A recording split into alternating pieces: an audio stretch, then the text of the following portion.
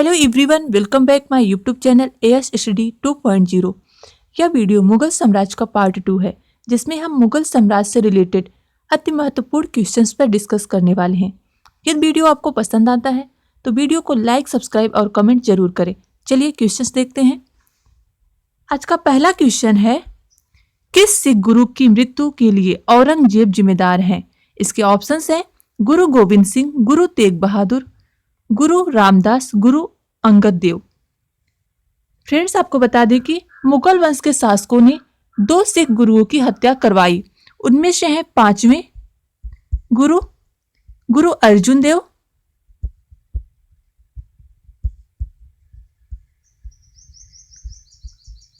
और 9वें गुरु गुरु तेग बहादुर। जहांगीर ने अपने पुत्र खुसरो की सहायता के लिए गुरु अर्जुन देव की हत्या करवाई थी और औरंगजेब ने गुरु तेग बहादुर, जिन्होंने इस्लाम धर्म स्वीकार करने से मना कर दिया था, इसलिए इनकी दिल्ली में हत्या करवा दी। Right answer option B, Guru Tegh Bahadur की हत्या का जो जिम्मेदार था वो औरंगजेब थे। अगला क्वेश्चन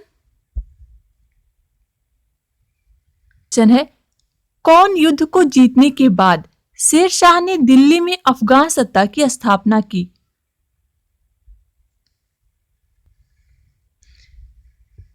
शेर शाह और हुमायूं के बीच 2 महत्वपूर्ण युद्ध हुए। पहला है 1539 में चौसा का युद्ध और दूसरा है 1540 में कन्नौज या बिलग्राम का युद्ध। 1539 में जब शेर शाह ने हुमायूं को पराजित किया तो उसने शेर खां की उपाधि धारण की और 1540 में पुनः हुमायूं को पराजित कर आगरा और दिल्ली पर अधिकार कर लिया और हुमायूं सिंध चला गया और दिल्ली पर अफगान सत्ता की स्थापना हो गई। राइट आंसर ऑप्शन बी ए, बिलग्राम का युद्ध या कन्नौज का युद्ध।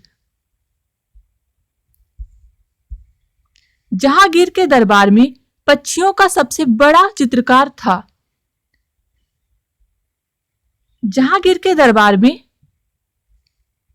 पक्षियों के सबसे बड़े चित्रकार थे उस्ताद मंसूर, जिनको जहांगीर ने नादिर उल अस्त्र की उपाधि प्रदान की थी। चित्रकला का सबसे ज्यादा विकास जहांगीर के शासनकाल में हुआ था। नेक्स्ट क्वेश्चन, अकबर के काल में महाभारत का फारसी अनुवाद जिसके निर्देशन में हुआ था वह है? अकबर के काल में फैजी को अनुवाद विभाग का अध्यक्ष बनाया गया था और उन्हीं के निर्देशन में महाभारत का फारसी में अनुवाद हुआ। यह अनुवाद बदायूंयों द्वारा किया गया था।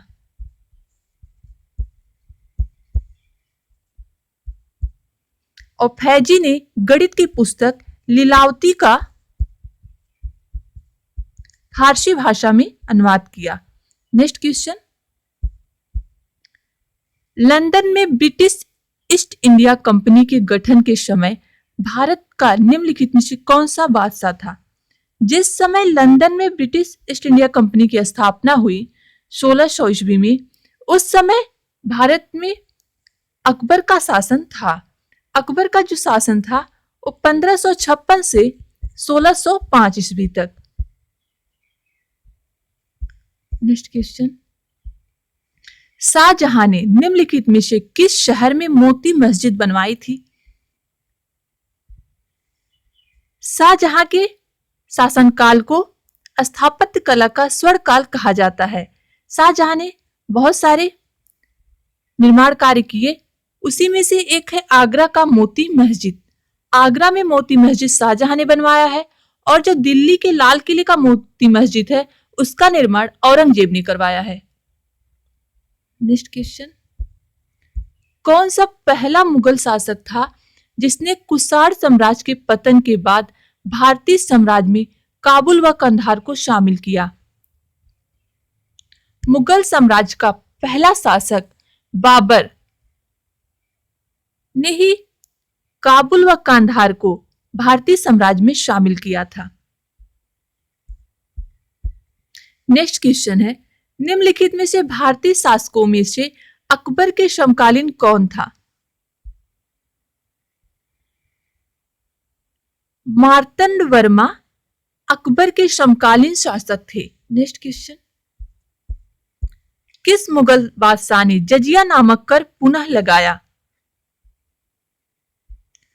1564 में अकबर ने जजिया कर की समाप्ति कर दी थी। अभी हाल ही में यह क्वेश्चन एडिट एग्जाम में पूछा गया था। और 1689 में पुनः औरंगजेब ने जजिया कर लगाया। जजिया कर एक प्रकार का गैर मुसलमानों पर लगाया जाने वाला कर है। अकबर के शासनकाल में अमल गुजार नामक अधिकारी का कार्य था।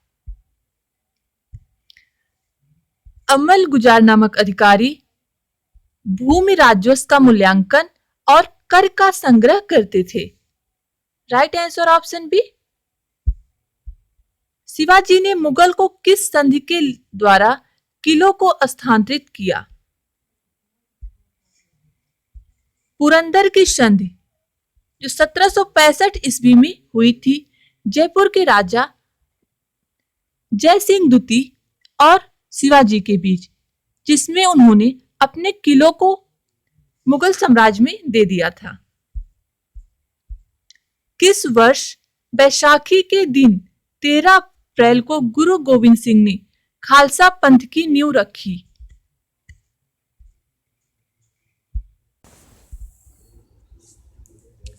1699 में गुरु गोविंद सिंह ने खालसा पंथ की स्थापना की। नेक्स्ट क्वेश्चन, निम्नलिखित में से कौन सा मुगल बादशाह पहले तो अंग्रेजों का कैदी रहा और बाद में जीवन पर्यंत मराठों का पेंशन भोगी बना रहा? राइट आंसर हो जाएगा ऑप्शन ए, शाह आलम द्वितीय, जो कि अंग्रेजों का कैदी रहा और उसके बाद जीवन पर्यंत मराठों का पेंशन भोगी बना रहा। दक्षिण में निम्नलिखित में से किसके शासन में मुगल साम्राज्य तमिल राज्य तक फैल गया? राइट आंसर हो जाएगा ऑप्शन डी, औरंगजेब ने दक्षिण के राज्य विजयनगर और गोलकुंडा को अपने राज्य में मिला लिया था। मुगल सत्ता की पुनर्स्थापना किस युद्ध में हुमायूं को मिली विजय के फलस्वरूप हुई थी? 1555 में सरहिंद के युद्ध में हुमायूं ने सूरवंशी शासक को पराजित कर पुनः दिल्ली पर अधिकार किया और 1556 में फिर इसकी मृत्यु हो गई। किस मुगल बादशाह की मृत्यु दीन पनाह पुस्तकालय की सीढ़ियों से गिरने के कारण हुई? दीन पनाह पुस्तकालय की सीढ़ियों से गिरने के कारण हुमायूं की मृत्यु हुई थी। Option B right answer. Mughal प्रशासन में मुहतसिब था। मुगल प्रशासन में लोक आचरण अधिकारी जो कि नैतिक निरीक्षण का कार्य करते थे, उनको मुहतसिब कहते थे। मुगल प्रशासन में मदद ए मास इंगित करता है। मुगल प्रशासन में मदद ए मास विद्वानों को दी जाने वाली राजस्व मुक्त अनुदत्त भूमि, जो विद्वान लोगों को कर मुक्त भूमि दी जाती थी, उसको मदद ए मास मुगल प्रशासन में कहते थे। दास्तान ए अमीर हमजा किस चित्रांकन किसके द्वारा दिया गया? दास्तान ए अमीर हमजा का चित्रांकन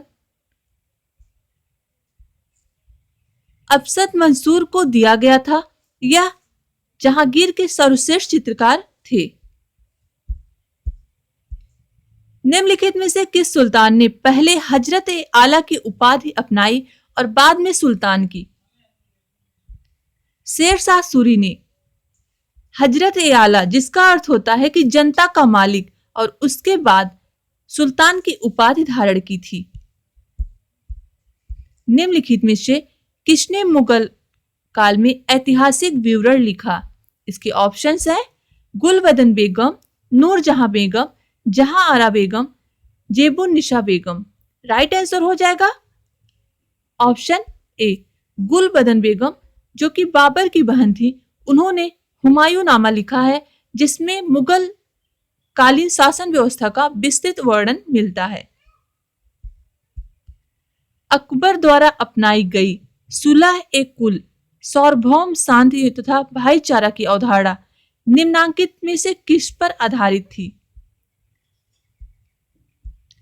अकबर ने दीन इलाही धर्म की स्थापना 1582 में की थी। इस धर्म की स्थापना का प्रमुख उद्देश्य था उदारवादी सांस्कृतिक दृष्टिकोण, राजनीतिक उदारता, धार्मिक सहनशीलता। राइट आंसर ऑप्शन डी सुलह कुल जो उनकी अवधारणा थी, उसमें उन्होंने राजनीतिक उदारता, धार्मिक सहनशीलता और उदारवादी सांस्कृतिक दृष्टिकोण का परिचय दिया है। इस प्रकार राइट आंसर ऑप्शन डी उपयुक्त सभी। प्रसिद्ध संगीतज्ञ तानसेन का मकबरा स्थित है। तानसेन जो कि अकबर के नौरत्नों में शामिल थे, इनका प्रारंभिक नाम जो था रामतनु पांडे था। इनको अकबर ने तानसेन की उपाधि दी थी और इनका मकबरा ग्वालियर में स्थित है। किस मुगल बादशाह के दुर्भाग्य पर व्यंग करते हुए लेन पूल ने लिखा है कि वह जीवन भर ठोकरें खाता रहा और ठोकर खाकर ही उसका जीवन अंत हुआ? राइट आंसर हो जाएगा ऑप्शन सी हुमायूं। हुमायूं जब 1540 में शेरशाह से पराजित हुआ तो वह सिंध भाग गया। लगभग 15 वर्ष तक वह अपने साम्राज्य से दूर रहा और उसके बाद जब वह आया तो 1 वर्ष पश्चात ही उसकी मृत्यु दिन पनाह के सीढ़ियों से गिरकर हो गई। इसीलिए लेनपुल ने लिखा है कि वह जीवन भर ठोकरें खाता रहा और ठोकर खाकर ही उसके जीवन का अंत हुआ। नेक्स्ट क्वेश्चन है गुलबदन बेगम पुत्री थी? राइट आंसर हो जाएगा ऑप्शन ए बाबर की। गुलबदन बाबर की पुत्री थी। इन्होंने हुमायूं नामा की रचना की है। मुगल प्रशासन में जिले को किस नाम से जाना जाता था? मुगल प्रशासन में जिले को सरकार के नाम से जाना जाता था। भारत के मुगल शासक बनने पर जहीरुद्दीन मोहम्मद ने अपना क्या नाम रखा? भारत के मुगल शासक बनने पर जहीरुद्दीन मोहम्मद ने अपना नाम बाबर रखा था। बाबर का पूरा नाम है जहीरुद्दीन मोहम्मद बाबर। नेक्स्ट क्वेश्चन, दिल्ली के प्रसिद्ध जामा मस्जिद का निर्माण किसने कराया? दिल्ली के प्रसिद्ध जामा मस्जिद का निर्माण शाहजहां द्वारा कराया गया और दिल्ली में जो मोती मस्जिद है लाल किले में, उसका निर्माण औरंगजेब ने कराया था और आगरा के मोती मस्जिद का निर्माण शाहजहां ने करवाया है। ये क्वेश्चन बार बार कंफ्यूज करता है कि जो आगरा का मोती मस्जिद है उसका निर्माण शाहजहां ने करवाया है और दिल्ली के लाल किले में जो मोती मस्जिद है उसका निर्माण औरंगजेब ने, और दिल्ली के प्रसिद्ध जामा मस्जिद का निर्माण भी शाहजहां ने करवाया है। नेक्स्ट क्वेश्चन, मुगल सम्राट औरंगजेब कौन सा वाद्य यंत्र बजाते थे? राइट आंसर हो जाएगा ऑप्शन सी वीणा। औरंगजेब वीणा के बहुत ही अच्छे वादक थे। नेक्स्ट क्वेश्चन, वह प्रसिद्ध जैन आचार्य कौन थे जिनको अकबर ने बहुत सम्मानित किया? हरविजय सूरी। यह प्रसिद्ध जैन आचार्य थे जिनको अकबर ने सम्मानित किया था और इन्हें जगत गुरु की उपाधि प्रदान की थी।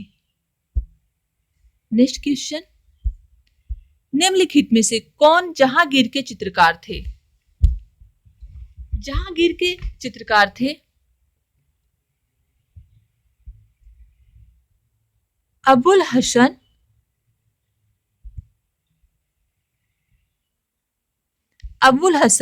और पीर सैयद अली। राइट आंसर हो जाएगा ऑप्शन 2 और 4। 2 और 4।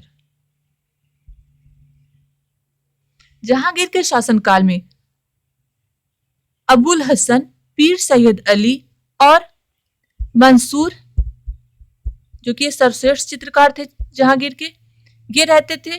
और अकबर के शासनकाल में अबू सम्मत, बसावन और दसावन चित्रकार रहते थे। नेक्स्ट क्वेश्चन, शाहजहां के काल में कौन यूरोपीय यात्री भारत आया? ऑप्शन डी, पीटर मुंडी शाहजहां के काल में भारत आया था और सर्वप्रथम 1608 में कैप्टन हॉकिंस जहांगीर के शासनकाल में आया और 1615 में सर थॉमस रो जहांगीर के शासनकाल में आए थे और पीटर मुंडी शाहजहां के शासनकाल में आए थे। Right answer D. अकबर ने दीन ए इलाही किस वर्ष में प्रारंभ किया? अकबर ने दीन ए इलाही धर्म 1582 ईस्वी में आरंभ किया था। दीन ए इलाही धर्म को स्वीकार करने वाले एकमात्र हिंदू थे बीरबल,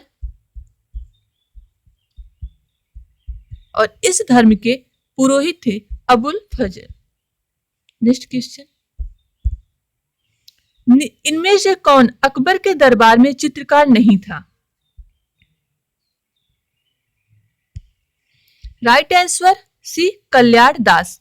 दसवंत, अब्दुल अस्मत और बसावन, ये तीनों ही चित्रकार अकबर के समकालीन थे। और मंसूर,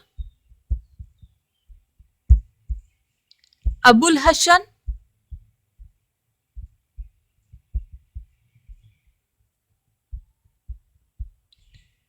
ये जहांगीर के समकालीन थे।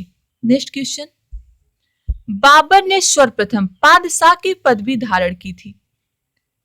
बाबर ने सर्वप्रथम 1507 में काबुल में पादशाह की पदवी धारण की।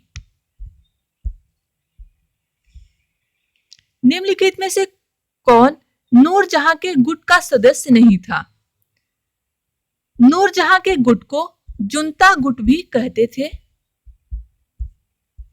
इनके गुट में गियास बेग इनके पिता, आसफ खां भाई, पुत्र खुर्रम और इनकी मां अस्मत बेगम शामिल थी।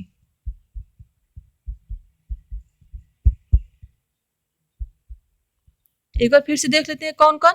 गियास बेग, आसफ खां, खुर्रम और अस्मत बेगम। जुनता गुट में जहांगीर शामिल नहीं थे। ऑप्शन ए राइट हो जाएगा।